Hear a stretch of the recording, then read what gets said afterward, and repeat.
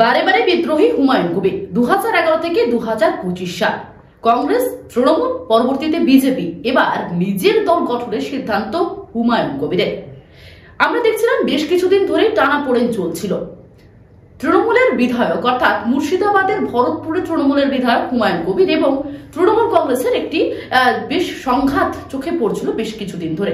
অবশেষে দেখা গেল বৃহস্পতিবার তৃণমূল ভবন থেকে ফিরহাদ হাকিম সরাসরি সাংবাদিক বৈঠক করলেন এবং হুমায়ুন কবিরকে সাসপেন্ড করলেন। আমরা হুমায়ুন কবিরকে সাসপেন্ড করছি। এই খবর তিনি জানতেন না। মুখ্যমন্ত্রীর সভা মুর্শিদাবাদের সভা শুরুর আগে এমন খবর পেলেন হুমায়ুন কবির। একেবারে রেগে গেলেন। রেগে গিয়ে কার্যত সভাস্থল থেকে বেরিয়ে এলেন এবং তার এই সাসপেন্ডের কথা শুনে কিন্তু তিনি দমে থাকলেন না। তিনি নিজের দল গঠন করবেন তাতে একেবারে অনড় এবং যে দল গঠনকে কেন্দ্র করে তার পাশাপাশি বাবরি মসজিদ তৈরির যে জল্পনা তৈরি হয়েছিল তাতেও তিনি একেবারে অনড়, অর্থাৎ 6 ডিসেম্বর বাবরি মসজিদের ভিত্তিপ্রস্তর করবেন এমনটা কিন্তু সরাসরি জানিয়ে দিয়েছেন হুমায়ুন কবির। 22 তারিখে মুর্শিদাবাদে নিজের দলের ওপেনিং করবেন, ঠিক আছে? নতুন দল করবেন, 22 তারিখে নতুন দল। তবে হুমায়ুন কবিরের রাজনৈতিক যদি জীবন একেবারে আপনাদের কাছে তুলে ধরি, 2011 থেকে 2025 কোন দলে কখন কখন ছিলেন এবং বর্তমানে কি করছেন এবং পরবর্তীতে আগামী নিজের দল তিনি গঠন করতে চলেছেন নাকি ভোটের আগে তৃণমূলে আরো বড় দায়িত্ব পেতে চলেছেন, কি হতে চলেছে হুমায়ুন কবিরের সঙ্গে তা সরাসরি আপনাদের জানাবো। 22 তারিখে মুর্শিদাবাদে নিজের দলের ওপেনিং করবেন, ঠিক আছে? নতুন দল করবেন, 22 তারিখে নতুন দল।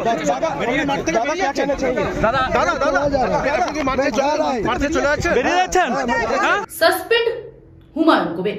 তৃণমূলের স্পষ্ট বক্তব্য, হুমায়ুন কবির দল বিরোধী মন্তব্য করছেন, তার জন্য তাকে সাসপেন্ড করা হয়েছে। কি বললেন ফিরহাদ হাকিম আপনাদেরকে শোনাবো। আমরা হুমায়ুন কবিরকে সাসপেন্ড করছি। হুমায়ুন কবিরকে আমরা সাসপেন্ড করছি দল থেকে। দলের সাথে তার কোনো সম্পর্ক থাকবে না। দলের সাথে তার কোনো সম্পর্ক থাকবে না। তার কারণ যারা ধর্ম নিয়ে রাজনীতি করে, ডিভিশনাল পলিটিক্স করে, মানে ধর্ম নিয়ে মানে ডিভিশন ভাগ করার চেষ্টা করে, তাদের সাথে দল কোনো সম্পর্ক রাখবে না। ফিরহাদ হাকিমের পাল্টা কি জবাব দিলেন হুমায়ুন কবির তাও আপনাদের সরাসরি শোনাবো। যার সঙ্গে মিট করুক উনি, আমার কিছু বলার নেই। আমাকে সাসপেন্ড করেছে, আপনাদের মধ্যে শুনলাম। এর আগেও 2015 সালের 29শে ফেব্রুয়ারি একইভাবে তৎকালীন মহাসচিব পার্থ চট্টোপাধ্যায় বন্যা নোটিশে আমাকে 6 বছর কালকেই রিজাইন দিয়ে দেবো তৃণমূল থেকে, কালকেই। এবং 22 তারিখে মুর্শিদাবাদে নিজের দলের ওপেনিং করবেন। সাসপেন্ড হওয়ার পরেও নিজের বক্তব্যে একেবারে অনড় রয়েছেন হুমায়ুন কবির। নিজের বক্তব্যে বারে বারে তিনি এক রয়েছেন। বিরোধী থেকে শুরু করে তিনি মমতা বন্দ্যোপাধ্যায়কেও আক্রমণ করতে ছাড়েননি এবং এই কংগ্রেসের নির্দেশ মানেননি অধীর ঘনিষ্ঠ এই হুমায়ুন কবির। আপনারা জানেন আগে তিনি কংগ্রেসে ছিলেন এবং পরবর্তীতে কংগ্রেসে তার একটি জনপ্রিয়তা ছিলেন। ব্যবসায়ী ছিলেন পেশায় হুমায়ুন কবির এবং একসময় কংগ্রেসের সদস্যও ছিলেন। তার কাছে জেলার একটা পরিচিত ছিল। সে জায়গায় দাঁড়িয়ে অস্বীকার করার কোনো জায়গায় নেই। 2011 সালে অর্থাৎ যে বছর বামেদের বিদায়, সেই সময় তৈরি হয়েছিল বাম কংগ্রেস জোট। মুর্শিদাবাদ, মালদহের কয়েকজন নেতা সেই সময় রাজ্যের মন্ত্রিসভায় প্রতিমন্ত্রী পদ পেয়েছিলেন। সেই দলে ছিলেন হুমায়ুন। পরে জোট ভাঙে কংগ্রেসের হাইকমান্ডের নির্দেশে। সাবিনা ইয়াসমিন, আবু হেনা, মানুষ ভুইয়া সে সময় তিনি কংগ্রেসে ছিলেন এবং পরবর্তীতে দেখা যায় তারা সকলেই দল ত্যাগ করেন। সেখানেও ব্যতিক্রমী হুমায়ুন কবির পদত্যাগ করেননি। সেই সময় সাসপেন্ড করা হয় তাকে। বিধায়ক পদে ইস্তফা দিয়ে তৃণমূলে যোগ দেন এক সময়ের অধীর চৌধুরী ঘনিষ্ঠ বলে পরিচিত হুমায়ুন কবির। 2015 সাল তৃণমূলে বিদ্রোহ। হুমায়ুন কবিরকে প্রথমতই আপনাদের জানিয়েছি বিদ্রোহী হিসেবে সকলেই পরিচিত।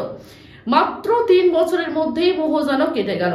তৃণমূল থেকে দলের বিরুদ্ধে কথা বলতে শুরু করেছিলেন হুমায়ুন কবির। শুধু দল বদলে বললে ভুল হবে। সে সময় তিনি মমতা বন্দ্যোপাধ্যায়ের বিরুদ্ধেও মুখ খুলেছিলেন। ততদিনে এমনকি দেখা গিয়েছিল রেজিনগরে একটি উপনির্বাচন হয়েছিল, তাতে হেরে গিয়েছিলেন তিনি। পরবর্তীতে স্বাভাবিকভাবে হারিয়ে ফেলেন মন্ত্রীপদ। স্বাভাবিকভাবে দেখা গিয়েছিল এরপরে বিদ্রোহ। অভিষেক বন্দ্যোপাধ্যায়কে কেন দলে বেশি গুরুত্ব দেওয়া হয়েছিল সে প্রশ্ন করার জন্য তাকে কিন্তু দল থেকে সাসপেন্ড করা হয়েছিল। সে সময় পার্থ চট্টোপাধ্যায় ছিলেন সাধারণ সম্পাদকের দায়িত্বে, যিনি এখন একেবারে দলে কিন্তু নেই। এর পরবর্তীতে নির্দল হয়েও তৃণমূলকে টেক্কা, তারপর জল গড়িয়েছে অনেক।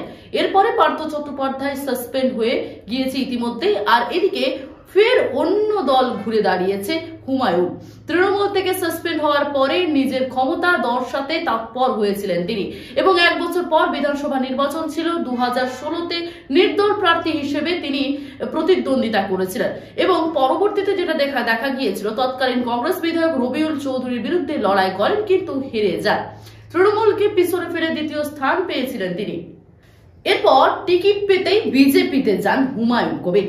মাঝে আবার 2 বছরের ফারাক, তৃণমূলে ফেরার জায়গা ছিল না, কারণ 6 বছর হয়নি, বেছে নিয়েছিলেন বিজেপিকে। 2018-তে বিজেপিতে যোগ দিতে আবারও ভোটে লড়েন তিনি, তবে বিশেষ কোনো সুবিধা সেখানে পাননি তিনি। সেখানে দেখা যায় জিতে যাননি, এমনকি আবু তাহের খান সেখানে জিতে যান এবং সেই আসনে জিতে সাংসদ হন আবু তাহের খান।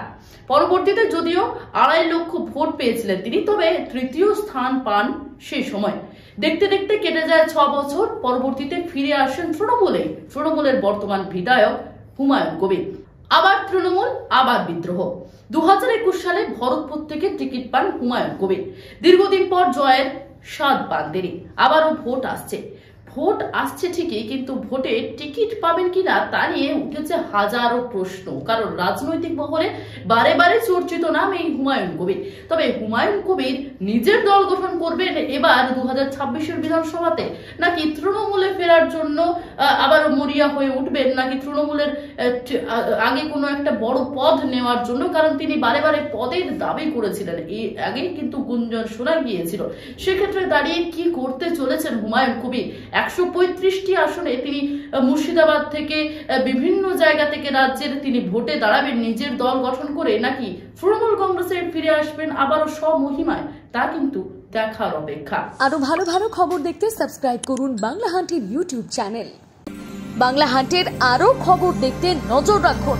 বাংলা খবর মানেই বাংলা হান্ট।